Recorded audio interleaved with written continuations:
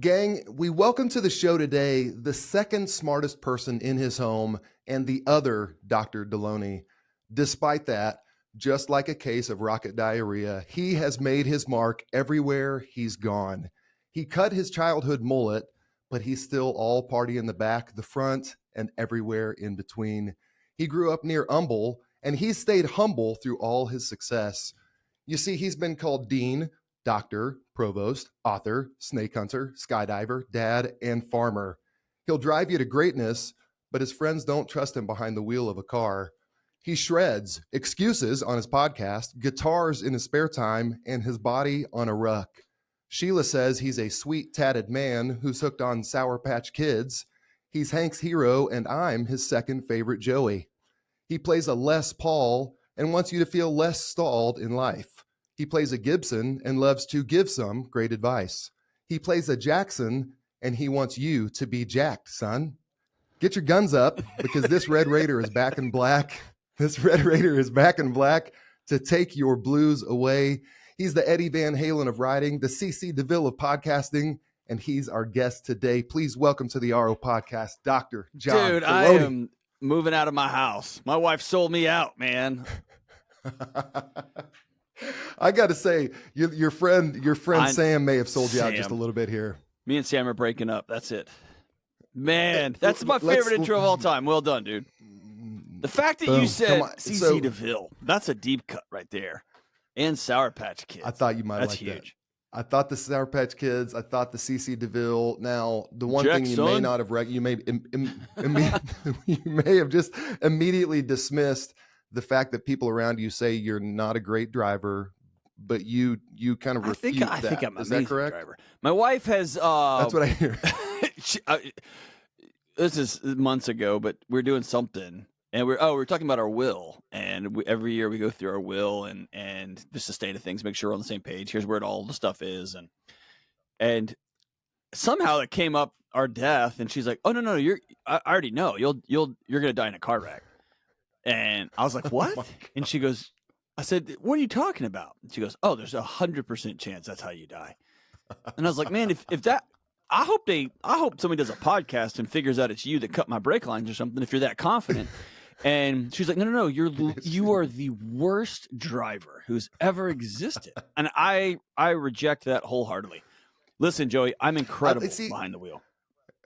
I believe that. Well, if nothing else, you're decisive. That's what I like about it. And if you're decisively driving through a red light, who's going to question you? I don't you know what pay I mean? attention very much. I've got a friend that said, I'll be walking by you and go, "Hey, Delony," and you won't answer me, and I don't even get my feelings hurt because I know you're not with us right now. And he said the way he said it, he was like, I was like, "You all," and he's like, "Yeah, man, it's just kind of making your way through the world, dude." So it's all, yeah, I'm not great. Amazing. Not great. I like that. All right, so I got to ask, this is one thing, and I've gone down a Delony wormhole, like a deep Delony wormhole. What I want to know is again, this is like the overnight success, decades in the making type of thing. But bro, the last few years, you have exploded. And I want to ask this in a way where it doesn't like bring on you feeling the need to be humble about it. But like, how did this happen? How over the last 4 years have you exploded just like rocket diarrhea? How have you, but a good kind of rocket diarrhea, like a fragrant, like a good smelling one? Like, how have you exploded on the scene like that? By the way, here, rocket diarrhea is your term. That's yeah, I do use it too frequently. It's just pretty descriptive, right? It is. That's an awkward question. No, I know this is it's an not awkward at all. I'm question. trying to think of the right way to do it. Here's the honest truth. The reason I pause is because I understand how insane it is that I'm sitting here. No question about it. And I also know people work so hard day in, day out, 24/7, 365, putting in the work and the time to try to have a platform like this. I totally get that. Yeah. But it would be dishonest for me to tell it any other way, which is I had no social media. I disappeared from the internet. In fact, 2 universities ago, I had the dean call me in, and she was like, "Hey, I look like I don't have a dean of students here. You have to be on the website that says I have a dean of students." And I was like, "I don't want to." And she's like, "I don't care what you want. You have to." So I just tried to avoid everything. Anytime I would meet with somebody, everybody, they'd turn their phone off. I was just I wanted to be present with people. period. And I didn't want it exist on the internet. And I was given a speech, and this isn't hyperbole. This isn't like, my marriage was a mess. I had a talk to give in front of 1,000 parents and students, and I forgot about it. And they reminded me a few hours before, like, hey, don't forget at 2:00. My admin did, and I was like, what? I have a what? And I thought it was going to be in front of a couple of hundred, and it ended up being 1,000 people in this theater. And I gave probably was the best speech of my life, and it just so happened that Dave Ramsey's executive VP was in the audience, dropping her daughter off at the university I was working at, and she said, pointed up, and she said, I'm hiring that guy. And Wow. then they didn't. I mean, Dave Ramsey's like about finances and getting out of debt, and they didn't have anything to do with mental health or emotional health, relationships or anything. But she, then once I met the team, they're like, you just say things in a weird, unique way. And then my wife said something really prophetic. And we were deciding whether to do this because she knew that I don't like technology. I don't like being, I don't like the internets, and I'm better in person. And she said, the only way this works is if you're fully you. And I said, oh, that'll be easy. And she goes, no, it won't. If you build an avatar, if you build this persona, eventually that will come to light and this whole thing will crash. And so you got to be who you are out the gate. And she said, and you're really weird. She's like, and I was like, well, and I was like, and we both like, I don't see cognitive dissonance in driving a Prius and deer on my way to a deer hunt. Right. I don't know why that's a weird thing. I don't know why people care about their shoes. I don't understand that. I care about my shoes, but like get a marker. I don't understand that. I don't understand why anybody would play a Fender. It just doesn't make sense. Play Gibsons for God's sake. Or Jacket or Les Paul. Yeah, exactly. But Fender. So, and I also have spent my whole career working with people in the margins, and I believe in being fiscally conservative and like don't spend money you don't have. It's just all these things that are like are common sense to me in a pot makes me weird. And so I think that what has worked over the last 4 years is a big tall guy with a bunch of tattoos who's got a couple of PhDs, but more than all that nonsense is I really love people, and I've been working with hurting people, and that I think that rings true. That speech you gave, was it, do you believe it was the content, or was it kind of you have this infectious energy, and it's, it's what people talk about, what people love about you. Well, probably there are some people who probably they don't like about you because it's just, there are some people, I don't know who they are. They probably exist, maybe, probably not. But no, but it's that energy that it is so magnetic, and some people can't, in some ways they can't handle that kind of decisiveness and confidence. But was it the energy? Was it the content? Was it a little mixture of both? What was it that resonated so deeply with Ramsey? Well, it's gonna sound strange. It was the first time I felt, not the first time. That's not true. I think I got up there and told the truth, and I told a room full of parents dropping their kids off. If you do not let your kids grow up, you are gonna be hurting them for the long haul. So. And of course, this is interwoven with a bunch of diarrhea jokes, but you have to let your kids grow up. And hey, kids, don't tweet things and don't get tattoos yet. Get a bunch of them. Just wait till you're 25. Like, right. So I think it was me telling the truth and in a way that people could hear it. And I just don't wade into controversial stuff because I just don't think there's that much controversial stuff. I think you treat people right and you love people and you help your neighbor, and let's get on with our lives. It's too messy out there. Wow. And I just don't have time for it, man. It's just a weird feedback. Don't wait in. I don't have time. I'm curious, when you said, will you tell me a little bit more when you said you've been working with people in the margins? Will you explain what that means, people in the margins? I mean, like in working in the university as a dean of students for all these years, you're working with folks who are trying to harm themselves, who have learning disabilities, who are the gay and lesbian kids whose parents said, if you come home, you can never come to our house again. To the kids who are the wrong race in the wrong community in the wrong neighborhood, who show up at your university like, I don't belong here. And kids who are too smart or who aren't smart enough or who have learning exceptionalities or any number of special needs. So it's always been this kid that, man, he's a good kid. And dude, you can't sell weed here, man. You're going to go to jail. And I love you. And here's what's about. I'm going to walk through this with you, and I'll be here when you get back. But this is what's going to happen. Or the sexual assault victim. So it's always been people who everybody's just going about their day. And you don't realize, oh, my neighbor in my class is going through this. And my neighbor in my class next to me, the kid sitting next to me in algebra, you have no idea what they're going through.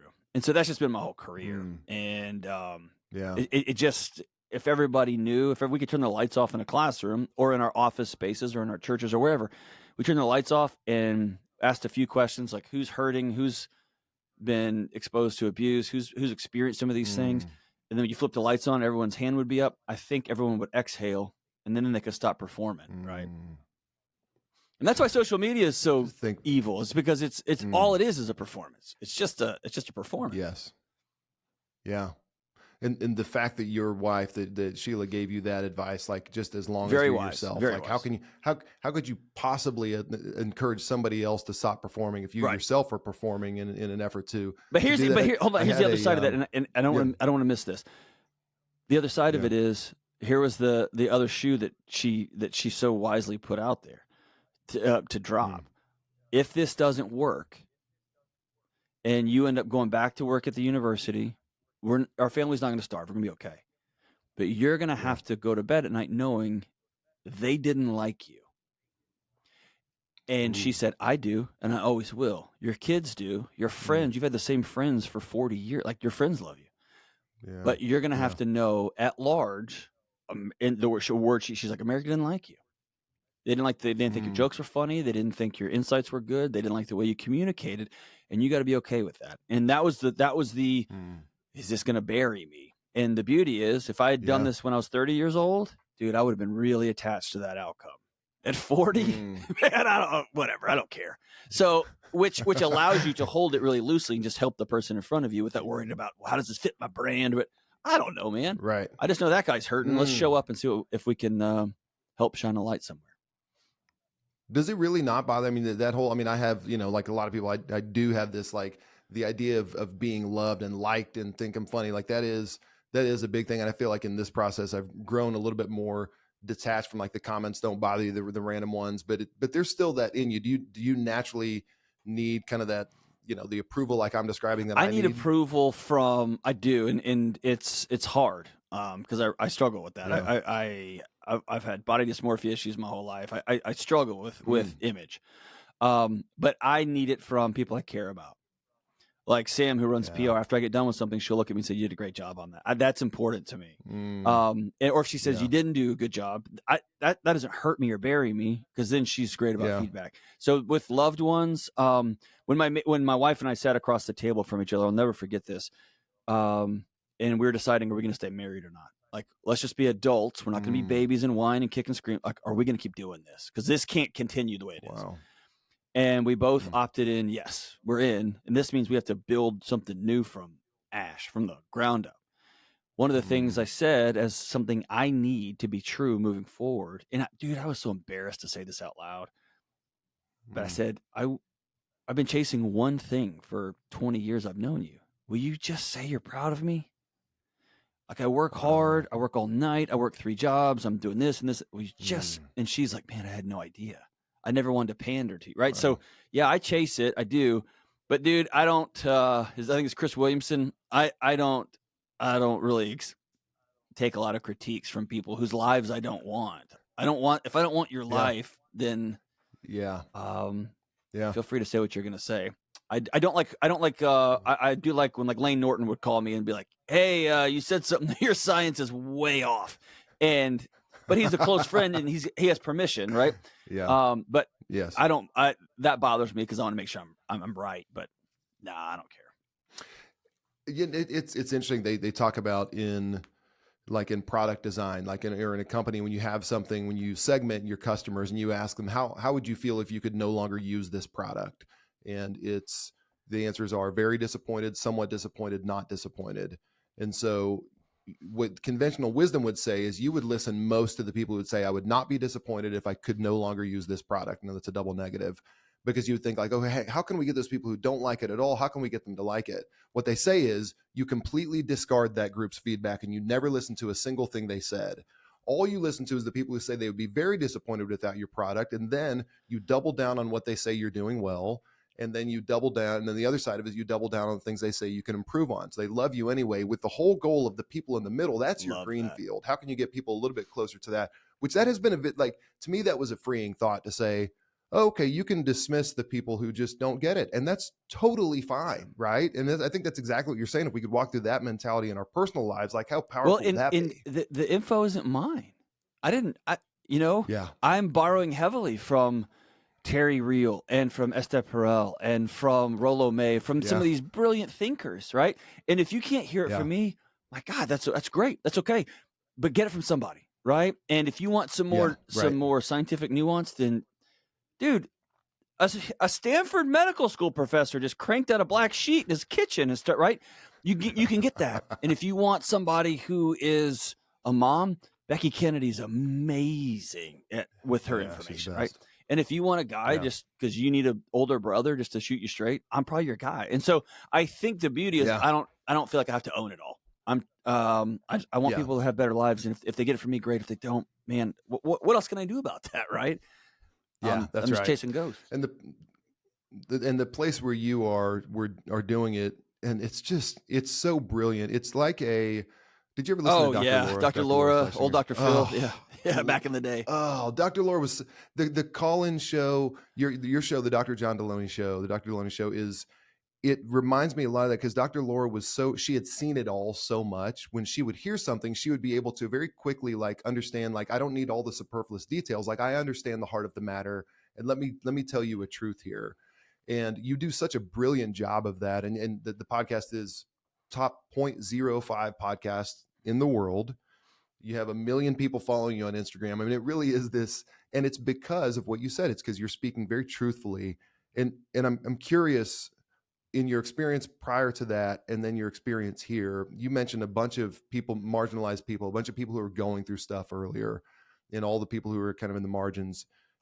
Did you find with those people, and do you find with people who call in, is there a thing, what's at the heart you believe? And it may not just be one thing, but what's at the heart of the thing that all of those people who are feeling marginalized or feeling down or feeling low or calling in for help, what is at the heart of what those people are asking you for? What's Joey, that's such a great question, man. I think there's 2 answers to that. I think at the heart,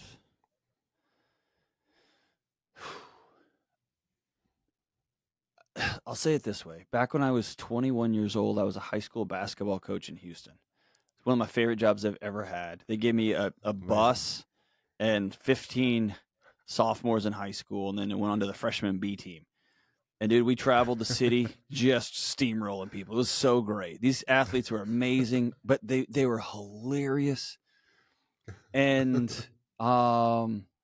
super, super, super diverse school. And I remember I had been brought up with this idea of color blindness back in the 80s and in early 90s.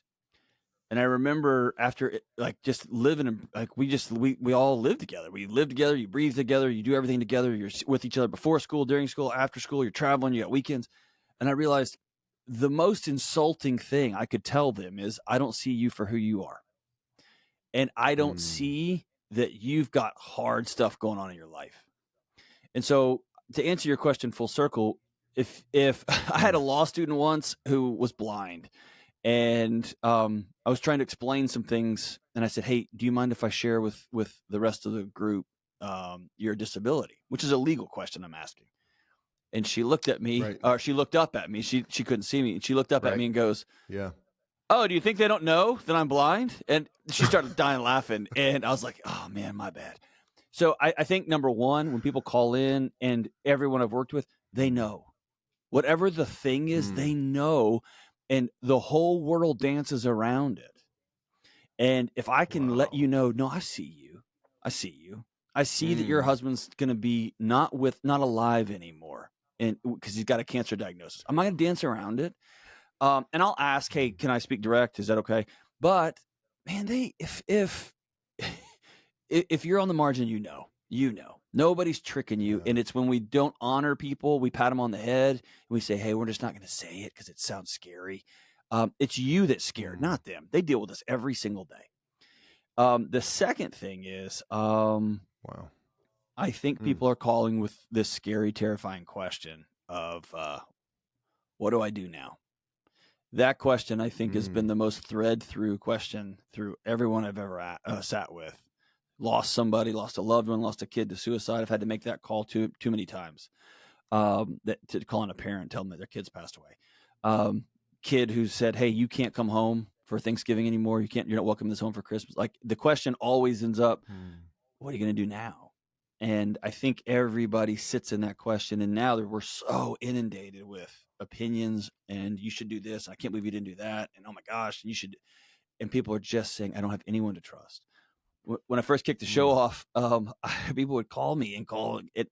I kept asking the same question just instinctively. Why are you calling me, man? Call your friend. They're like, hey, we haven't had sex for 2 years. And I don't know. I'll be like, bro, I'm a podcaster in Nashville. Ask your friends, man. And, or my husband got cancer and I don't know how to tell the kids. How do I do this? And every person had the same answer. Dude, I got nobody. And that was this scary, people are super lonely out there. And that's just been reiterated. But it's this idea of, what are we going to do? What do I do now? And I think that's the question most people are asking. Wow. That whole issue of loneliness. I had a woman by the name of Liz Bohannon, who's a speaker, she's a great speaker. And she said a stat that if you see a good friend 3 times a week, that the happiness increase you experience is equivalent to an annual salary raise of $100,000. What a great stat. Isn't that wow? Yeah. Isn't that great? 3 times a week, a good friend 3 times a week. But my wife and I were volunteering at, when we lived in Atlanta, we were volunteering at a church and we were working the front desk, and then someone came in, like the little prayer request box, and someone dropped in and it was open and it said something, very nice looking, probably college girl. She walked away and saw it and it said, I am so beyond lonely. I feel like there's no one here. Like, I'm all alone. And I just looked at that girl. And then I thought, I bet you, and what's sad about that is she probably sat next to somebody who could have written the same exact letter, the same exact card, yet, and if you said, okay, let's all stand up, and so I bet you it would have been over half the audience. Yet we're all walking around. It's like this certain level of despair. And by the fact, the scary thing you don't want to say, it's to your point there is, if we just start getting that oxygen, that idea, a little bit of oxygen, I bet you that people, when they walk away from your show, they feel, okay, I feel empowered because I just gave it a little bit of oxygen, and now I can go do, now I can go do the next best thing. I can do my next thing. Well, and that if there's one, dude, we could pull apart culture wars, which I'm so uninterested in, and we could pull apart. Right. Can you believe this group says this and that group says that? That's just such a waste of our time. Underneath it all, I think is important. And this is both political parties. It's a mass culture of disempowerment. You are the worst thing that ever happened to you. I just got to pat you on the head because you're always going to be in the margin. You're never going to be able to make enough money because of this or that. You're never going to, because the housing market is too crazy. You're always going to be less than. So you just wait right there, and I'll come save you. And wow. I would just reject that. Because I've worked with people who have overcome such insane odds, wild odds. And I just can't be about it anymore. And so I do think you can, it's going to look different than your parents. It's going to look different than the fantasy you got on Instagram. It's going to look different than this incredible life picture you created for yourself in your mind. You might not be able to be a book editor at a hipster place in Manhattan because the math doesn't work. Right. But I bet you can find a place that you can call home and a job that will give you purpose and you can add meaning to people's lives. I know that's there and I believe in you. Let's go there. Let's go for empowerment, not YOLO and you deserve. And it's because of them that you're unhappy. I'm just going to stop all that. It just doesn't help. Doesn't help. Yeah, that's so true. The one cool thing that strikes me is that you're you're the one thing that your people are craving from you and that you give to them is what you just said, is that I see you. Just that message, I see you. Yeah. I see you. I see. And what a cool, you have millions of people who listen to you, but you step out of there and you're one individual who goes into a Starbucks, and you're an individual who is driving on the road, and we all have that opportunity to say that exact same message. I'm speaking to myself here too, just the reminder that just to say, hey, I see you. And what a beautiful thing. I mean, if you remember, like in the story of, Abraham and Sarah, when I forget the concubine's name, left, and then she ran away, and then God encountered her, and God talked to her. And what she said, and this is one of our earliest, I mean, this is Genesis, this is early. And she said, you are the God who sees me. And so you think, how deep and innate is that need, that the thing she said when she encountered the Almighty was, you see me. It's how the only powerful thing is that? This is going to sound woo-woo and cheesy and obnoxious. And people are going to think, that dude's from Texas? Yes. And I'm telling you, next time you go to an airport, or next time you walk into a coffee shop, I want you to look at every single person that you see and think in your head, I love that guy. I love her. Wow. I did it the other day at an airport, walking from I turned into the terminal. I was walking all the way down to my gate, and it's like terminal's like, gate 5, and your gate is gate 47. You're like, well, I'm going to be walking for the next 4 weeks. And I just started, hopefully not creepily, but every person I saw, the elderly woman with the walker, I love that woman. That dad who's walking, who's got a humongous belly and a mustache, and he's eating a Whopper with cheese. Like, I love that guy. And listen, I tried to do it with every person. And by the time I got to my gate, I was so exhausted. I was tired.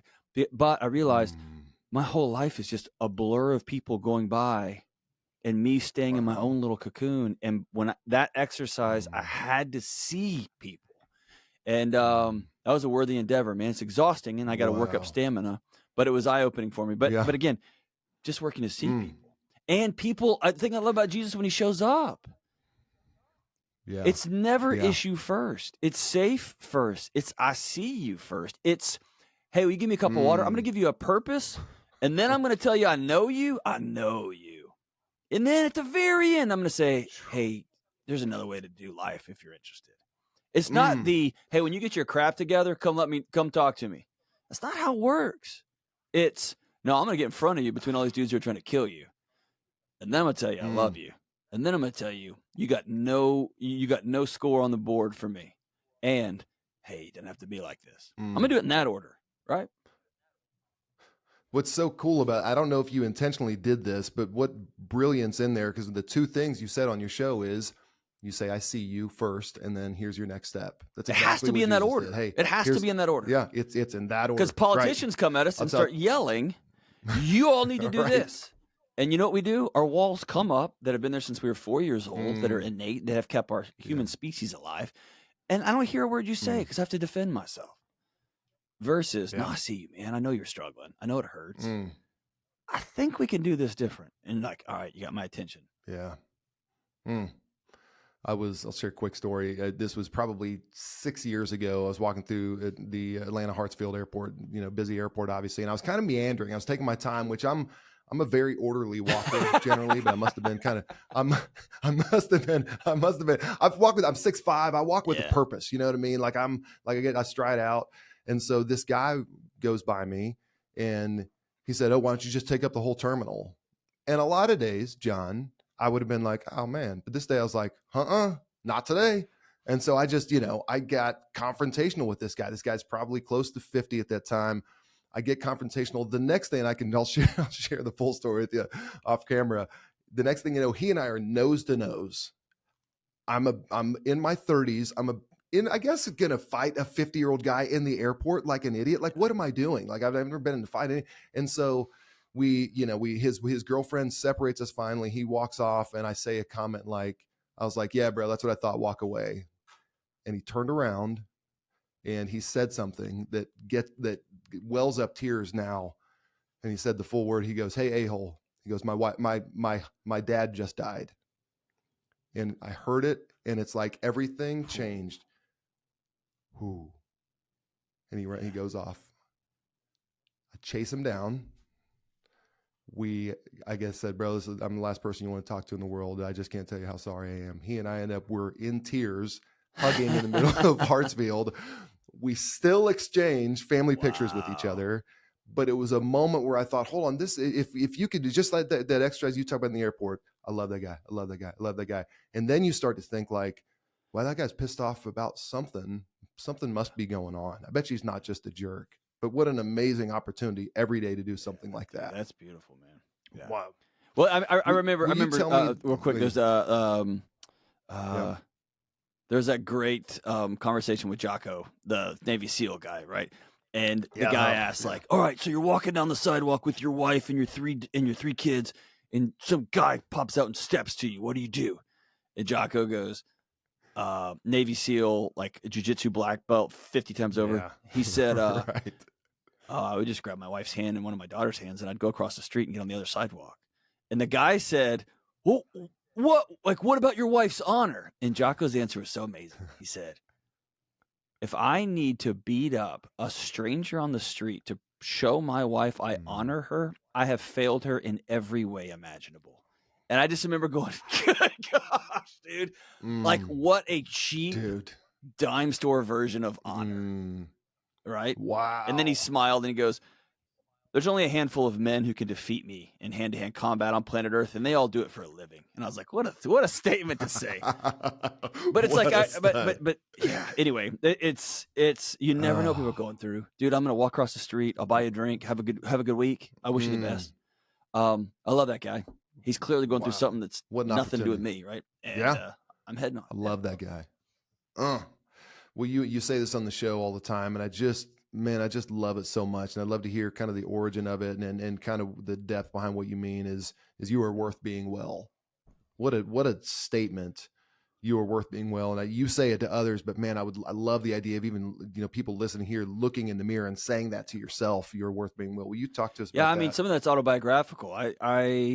It was a year or two ago. I was meeting with a trauma therapist. It was pretty tough stuff. And I said out loud, the ticker tape running underneath my life is that I'll edit it but it was like, you're a piece of crap. You're a piece of crap. You're a piece of crap. And I said, I don't really even know where that comes from, other than a distorted picture that I think I absorbed somehow in the ethos. It wasn't from my family. I don't think it was from my church I grew up in, but that God was really, really pissed off at me that I had screwed up so badly. I was such a piece of garbage. He had to kill his own kid for me, and that he was just waiting to get me back. And if I just do one bad thing, then he could you know what I mean? And so it was this sense of you're the worst, you're the worst, you're the worst. And that just became the ticker tape. You don't look good enough. You're never going to be smart enough. You're never going to be smart enough. And that old Brene Brown quote, which I just love, which whatever you go looking for in the world, you are sure to find. When the ticker tape is you're a piece of crap, then you're going to see that everywhere, right? You're going to see it everywhere. And so I'm like my social team. Like, I don't know anything about social media, right? Like, if you said, "Hey, I need you to log into Facebook, or your family's going to pass away," I'd be like, "Well, I probably need to tell them goodbye." I don't know how to do it. Try 1, 2, 3, 4, 5. Yeah. Right there.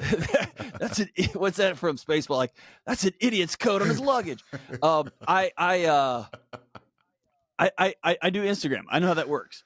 Well, if it goes up 5,000 one day and 6,000 the next day, and then the next day it only goes up 1,000, I'm like, we're failing. It's all going down.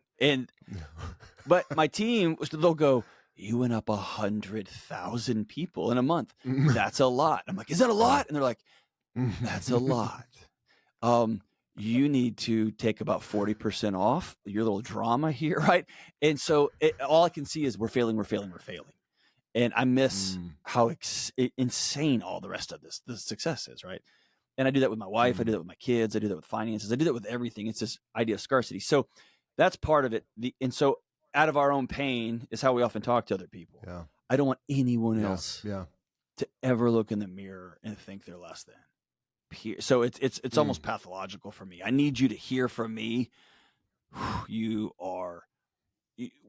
you have to do to go get well. Your adventure is going to be hard. Losing 50 pounds is miserable. Healing a broken marriage, telling your wife you cheated on her, getting rid of your pornography addiction, getting off, whatever the thing is the worst. Being 50 and deciding I have to go back and get another associate's degree at a community college because my job's about to go away to AI, that's hard. And you can't do it anchored into a platform of you're a piece of crap, you're a piece of crap. You can anchor into, no, I'm worth this hard adventure I'm about to go on to get to the next step. I'm worth that. And so I don't think, so part of it is I don't want anyone to walk through life like I feel sometimes. The second thing is I know you can only be successful. You can only do something long-term if you think it's worth it. I put money away every month in a retirement account because I think it's going to be worth it someday. Someone did I bought a house because I did the math on it, right? And the math is worth it. Similarly, if you don't think you're worth losing 50 pounds or healing your marriage, you're not going to. So none of the things I say to people matter if you don't think you're worth it. And and I think we have a bunch of people walking around who hate themselves. Who just don't like what they see in the mirror. Yeah. And again, it shouldn't be, because you are a human, but it is shocking. I mean, it's shocking to hear somebody who gives such clear thought and guidance to people, knowing that you've struggled with that, which to me, like, just ups your qualifications to an infinite degree.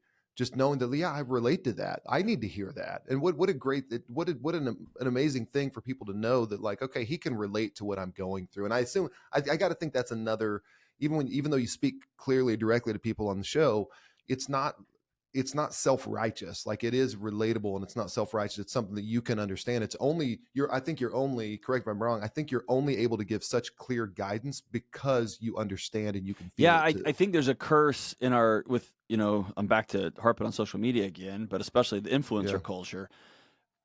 And it happens a lot in churches, but there's this idea of, I had an experience, so now I'm an expert. The number of people I've sat with is like, my husband cheated on me and we worked it out and we want to start a infidelity ministry. And it's like, whoa. You had an experience. That doesn't make you an expert. And so I think it's all of it. I think you have to have the academic knowledge. You have to know what you're talking about. And you have to have walked with a whole bunch of other people, because anxiety looks different in 1,000. It looks 1,000 different ways in 1,000 people. And you begin to see the common threads, and then you add on top of that. No, I've been there, man. I've been there. That adds a level of credibility, and I think that's why certain people, you can just hear them, right? Like, that guy wants to be a good dad. I get that. You know what I mean? You feel it. Yeah, right. Well, you talk your book, most recent book, Building a Non-Anxious Life. You have six daily choices of a non-anxious life. After this, I want to talk a little bit of technology. Will you hit on one of those? You just mentioned anxiety. Will you hit on one of those, the reality, connection, freedom, mindfulness, health, and healing and belief?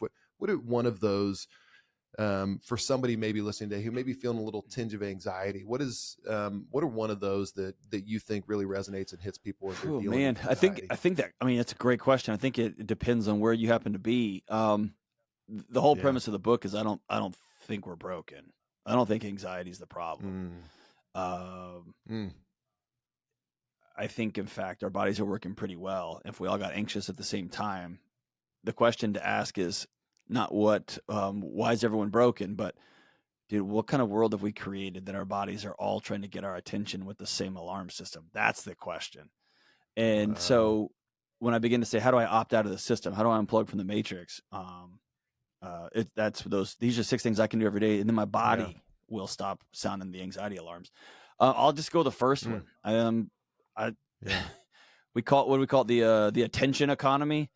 That's a really cute way of saying the distraction economy. The whole world spins on look over here, look over here.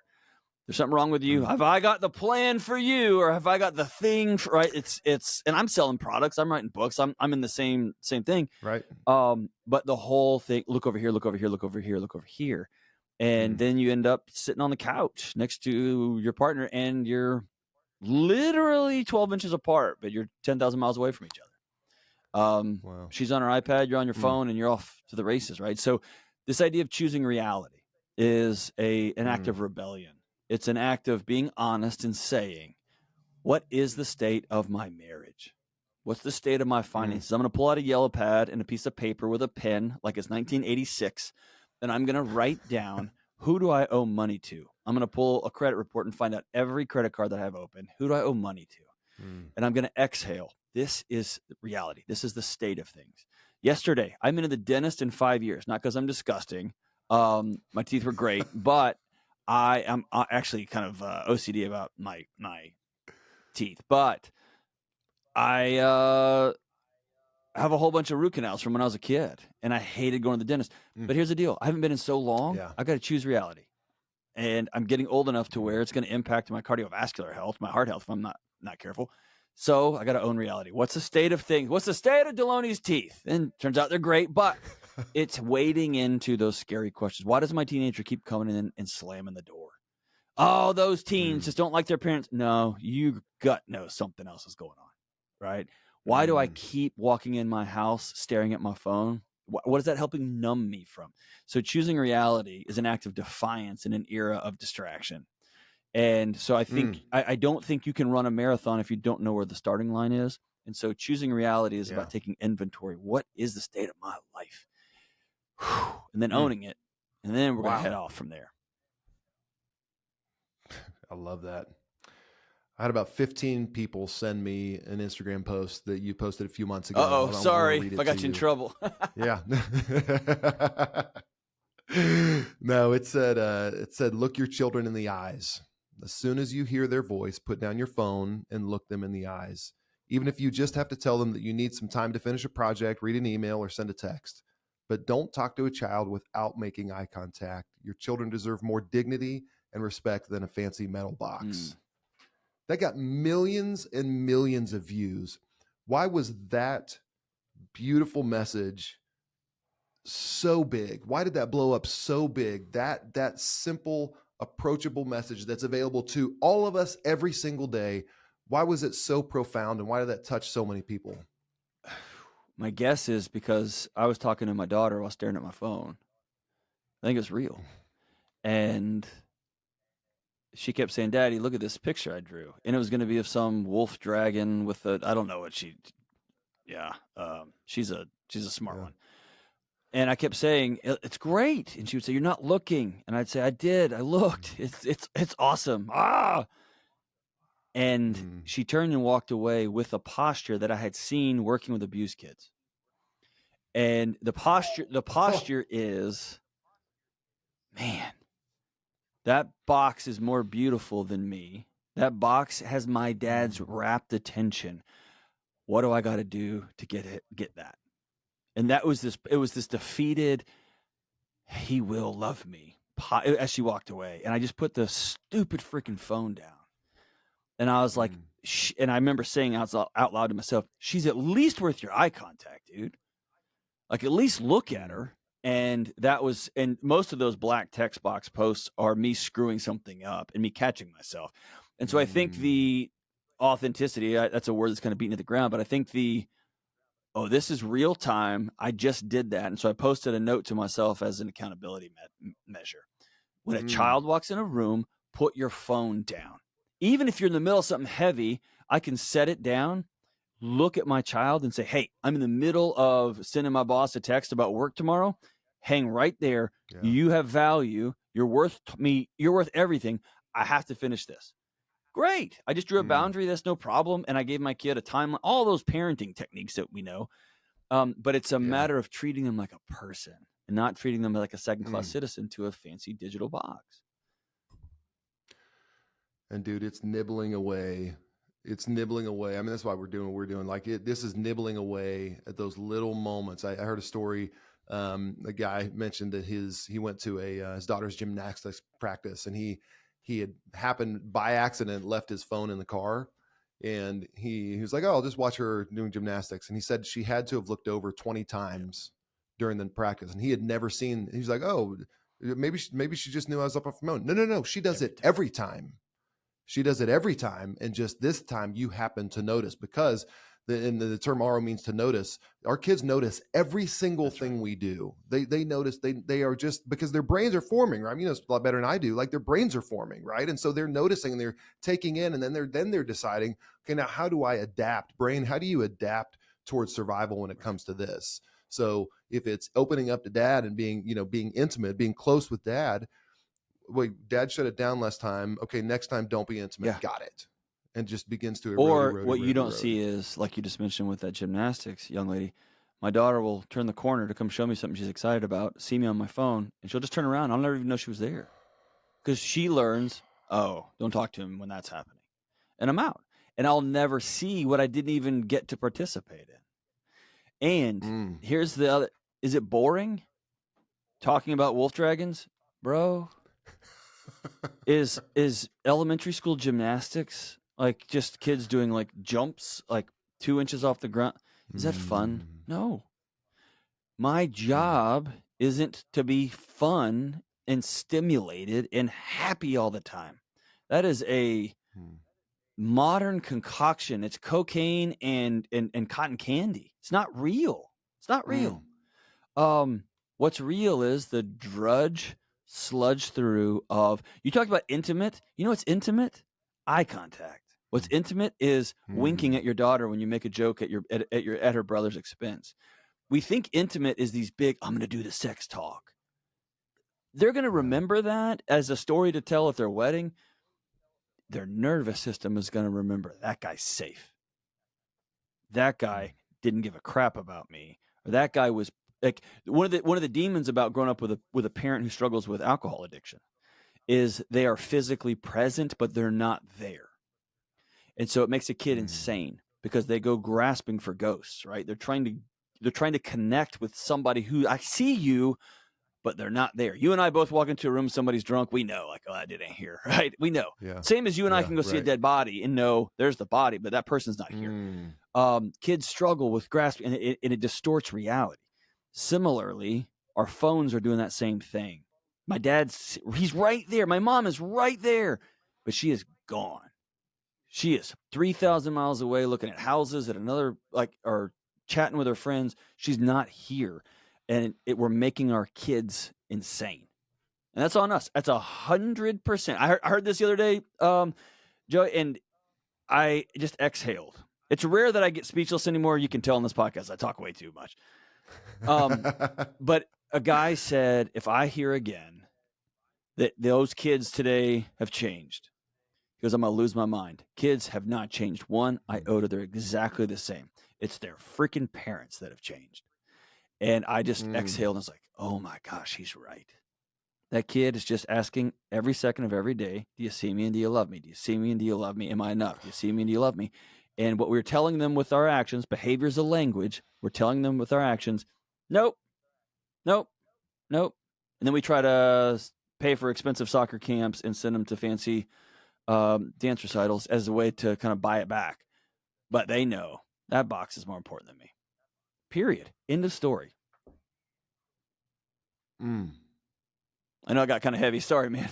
I think I know. I think it is really important to sit in the heaviness. We're you and I are both very hopeful and optimistic that we can do something about it, but we got to. I think we need to understand the freaking weight. Because John, there was nobody on the planet worse than me. Nobody on the planet worse than me. And you start to see, and what one way that'll do it, if someone wants just to go through the exercise, just go look at pictures from 5 years ago of your kids. That's all it takes. And you realize how much it's fleeting. You realize that they're not going to look like that again. Do that and recognize, like, this picture I'm taking right now, mentally or with my phone, it's going to be something I look back 5 years from now. So it's right freaking now. But we got to feel the weight. We're not gonna go make the change until we feel it, until we understand really what's at stake and what's going to happen if we don't. Right.